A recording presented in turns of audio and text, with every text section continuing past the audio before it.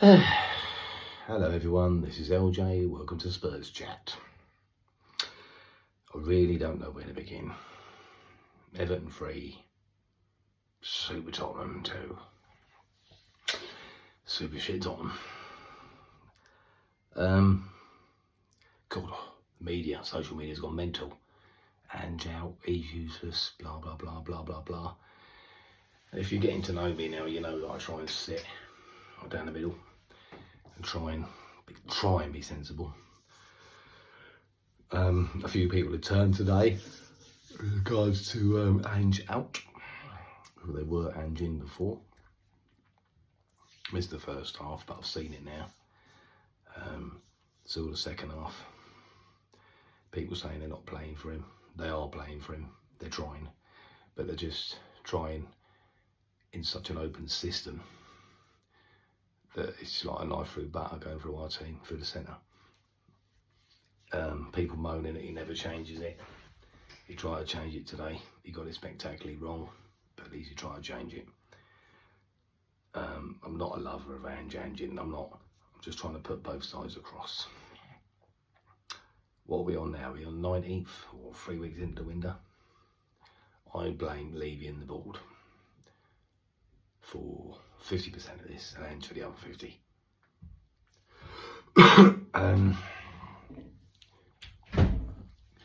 Because he should have had his list ready for the transfer window. He should have had it ready and then gone straight out and bought. Simple as that. But at the same time, you've got to play with the cards that you're dealt with. So if you know you're in trouble, you look at your team sheet of what you're able to put out. Like you said today, I had 11 players, mate. Fair enough. Right, so set that 11 players up. You've got to be hard to beat. Don't worry about anything else. You've got to be hard to beat. You've got to lay the foundations down, Ange. Even if it's a 5-4, a 4, was it 5-4-1, 4-5-1. Don't allow spaces. Don't allow spaces in between the lines. Do a low block. Make yourself hard to beat, because these losses are starting to add up now. That's 12. Where if you can turn 8 of them, 6 of them into draws, you got an extra few points. And I think his stubbornness may cost him. That's the problem. That really is the problem. But it's 50-50 for me. I don't know why he didn't start with Mikey more. There was no excuse not to start with Charlton, because he apparently was ready to come back 2 weeks ago, and he looks like he's all beefed up now. So he should have been ready to start. Don't know why he didn't start him. Son through the middle never works. Son is shot to bits. His confidence is shot to bits. I will just say I don't agree with fans shouting personal obscenities at individual players. Boo, whatever. But when you start saying things like, personal insults, that ain't for me. You don't have to do that. But we move on to Thursday, and we're going to have to play people like Kulu, play people like Porro. I mean, today, he did make a few mistakes today, didn't he, Ange? He could have started Reggie at left back, Spencer at right back, rested Porro, or if he couldn't have rested Porro, because he said he's got 11 players fit, he could have pushed Porro to the right wing. As I said, started Mikey Moore, started Richarlison. It was a bit of sign of desperation when it felt sorry for Archie Gray today. Didn't look comfortable. That's another thing. He could have even gone free at the back and pushed Gray into midfield with Bergvall. It was a sign of desperation what he done today. So the question is, do we wait until the players are back and then see what happens? I don't know. But Levy, he got to get your money out. And I didn't think that Ange was a yes man. But after seeing his interview tonight, I think he might be. I'm happy with the work that the club are doing in the background. What background? This should have been done in December. You knew he was in trouble. You knew he was in this shit in December. The board and Levy. I don't know. Yeah, but And you've got to go out and buy players. You've got to buy players that can come straight in now and hit the ground running, proven players that can come in. You know, or we are in big trouble, because at the moment, the only team that I reckon we could comfortably beat, or I would put a bet on for us to beat, is Southampton. And that's not good, is it? I did say in my last video I didn't expect to get anything from Goodison today. I didn't expect to be 3-0 down at half time. Second half was better. I think Everton took the foot off the gas a little bit, and but we did try and push forward. Bergvall was trying, Spence was trying, Richarlison was trying, Kulu's goal was class. Lovely assist from Mikey Moore for Richarlison's goal. There was good things, but it's obvious. I don't think they're not playing for him, like a lot of people are saying tonight. They are playing for him, but the system's too open. It really is. And if you're not going to adapt now, when you're going down like a lead balloon, down the table like a lead balloon, that you ain't gonna. And unfortunately, Ange, you ain't the right man for the job. I've said I want to see him with a fully fit squad before I judge him, but now it's getting to the stage where can you give him that long? Because Levy won't want Spurs to go down, because it'll hit him financially, and he's money mad, and he so when it comes to spending it. But I think with Hoffenheim and Leicester, you've got to go and make yourself hard to beat. You've got to change your system. Okay, it's against your natural instincts, but come on, if you want to be a manager at the top level, that's what they do. Hit them on the break. Hit them on the break, mate, and just make yourself so hard to beat. Because every team knows you can just go straight through Tottenham in a minute. It's really bad. It's really bad. Now Johnson's also out for 4 weeks. Biss should be back for Thursday, hopefully. So you've got to play Biss, and you've got to play Biss and Sarr sitting there. You can't play Reguilon, you can't play Spence, because they're not in the Europa League squad, as far as I know. I was led to believe that you could change it in January, but I've heard nothing about that.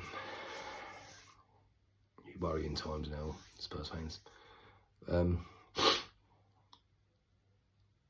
What do you out there want?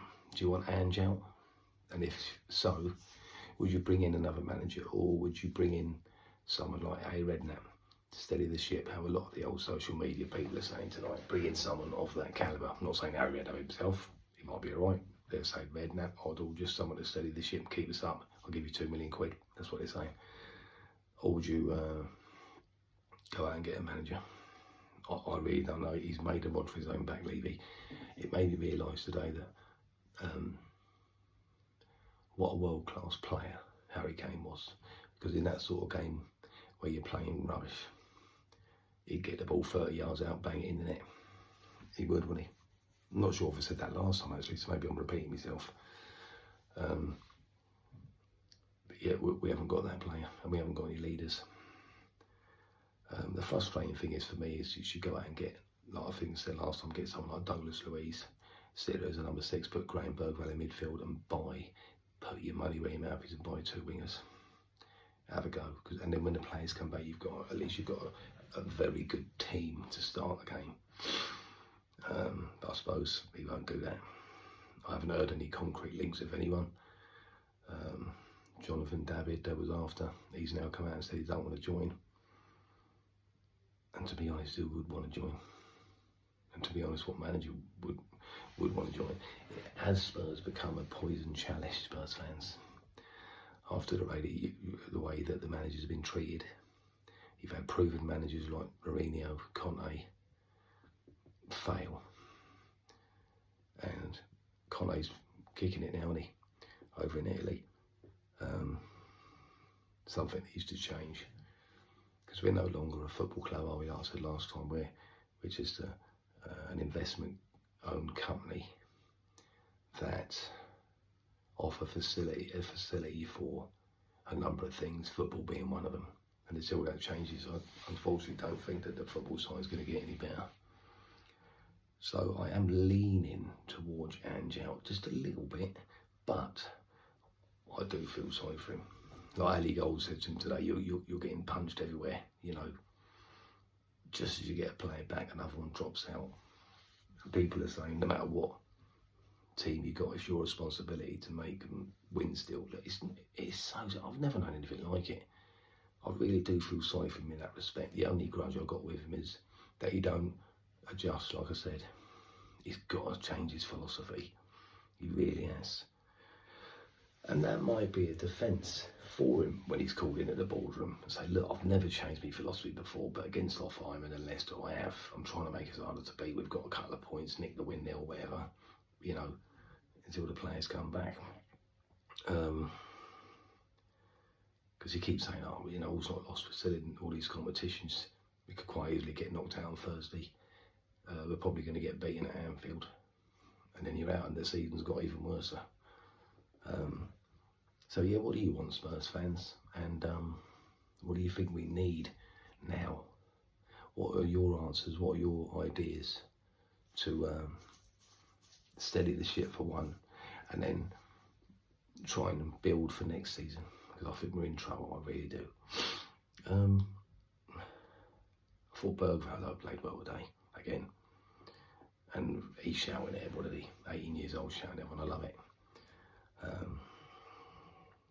But I'm going to wake up tomorrow half expecting Ange to get the sack. I'm 50-50 with it. If he does get the sack, I don't know.